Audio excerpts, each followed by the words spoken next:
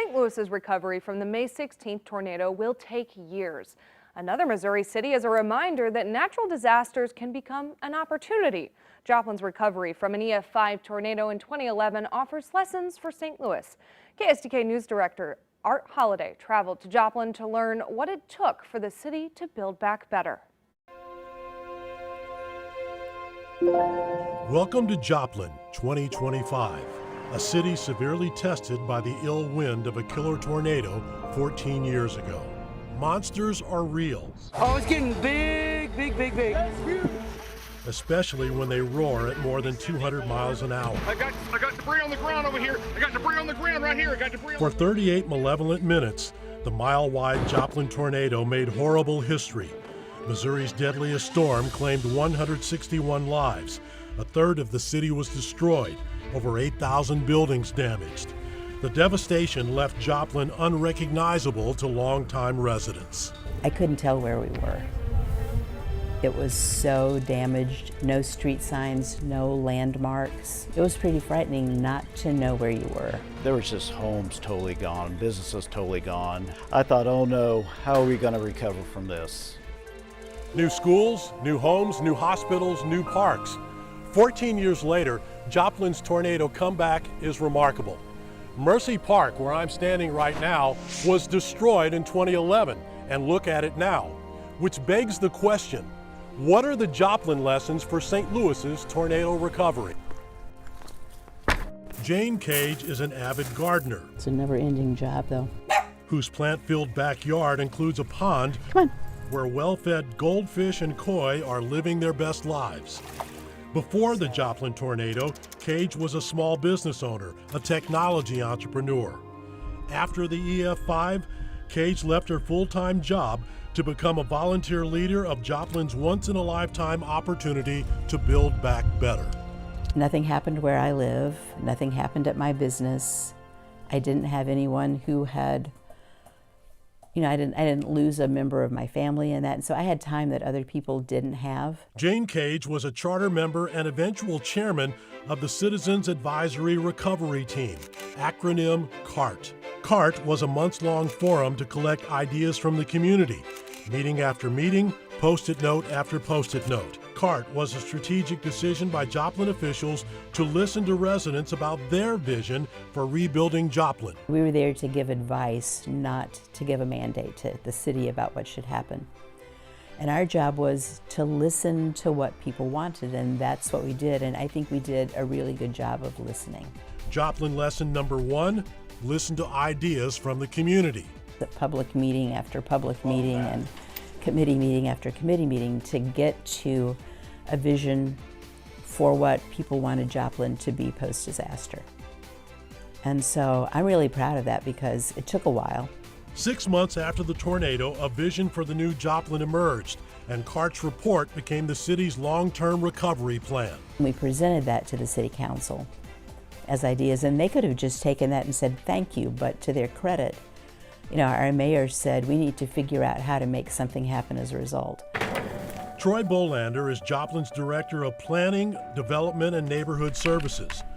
Bolander and other stakeholders faced a colossal challenge in 2011. There were some areas of town, people didn't know if they wanted to rebuild, and not a lot of unknowns at the time. Tornado recovery included devising a long-term plan for replacing destroyed infrastructure, businesses, and homes, while simultaneously addressing the immediate needs of suddenly homeless residents. Keep in contact with your displaced residents, continue to follow up with them, see what their needs are and how they're doing. One of the things that Joplin and St. Louis have in common post-tornado is that many of the affected people were either underinsured or uninsured. So we came up with what we call the JHAP program, which is a home ownership program, where we paid up to $30,000 for a down payment and closing costs to put someone in a home in the blighted area. So that was one of the incentives to encourage people to rebuild, and also 80% of those applicants were former renters that were now homeowners. Office is right here. This is Dr. Kerry Saketa in 2011, when he was the Joplin High School principal surveying the tornado destruction on May 22nd, graduation day. Saketa eventually became the school superintendent, whose biggest challenge was rebuilding a school district. 4,300 students out of 76 or 7,700 students lost their school that day. The tornado destroyed 6 school buildings and damaged several others. Dr. Saketa says constructing 4 new schools became an opportunity to create multiple state-of-the-art buildings. What is it like to try to become an expert on building a high school and multiple other schools? We looked at schools all over to try to help us frame what we wanted our new school to be like. Joplin High School is now an ultra-modern, innovative education palace with the latest technology, flexible learning spaces, and the best athletic facilities, including 3 gymnasiums and an artificial turf stadium. We want it to be technology focused, highly technology focused, and we want it to be career oriented as much as possible, which is why we combined the Career Center building along with Joplin High School. The planning for new schools included creating multiple safe room tornado shelters with reinforced concrete walls to withstand 200-mile-per-hour winds. Enough safe rooms were built to protect 4,000 people, students as well as members of the community who might need safety. It's an opportunity for people to feel safe and have a place to go, and it's a good service we provide for the community. A memorial in Cunningham Park lists the names of the 161 Joplin tornado victims. One of the Joplin lessons for St. Louis is how to memorialize what happened, whether it's the lives lost or this memorial to more than 100,000 volunteers. Joplin still has scars if you know what to look for in the middle of the screen. All these years later, drone video shows the absence of mature trees along the tornado's path. The Joplin lesson: plant replacement trees. No community willingly signs up for a tornado, but at some point, tragedy and destruction does become the opportunity to thoughtfully make things better than before. When I was doing my internet research, I kept seeing the phrase, build back better.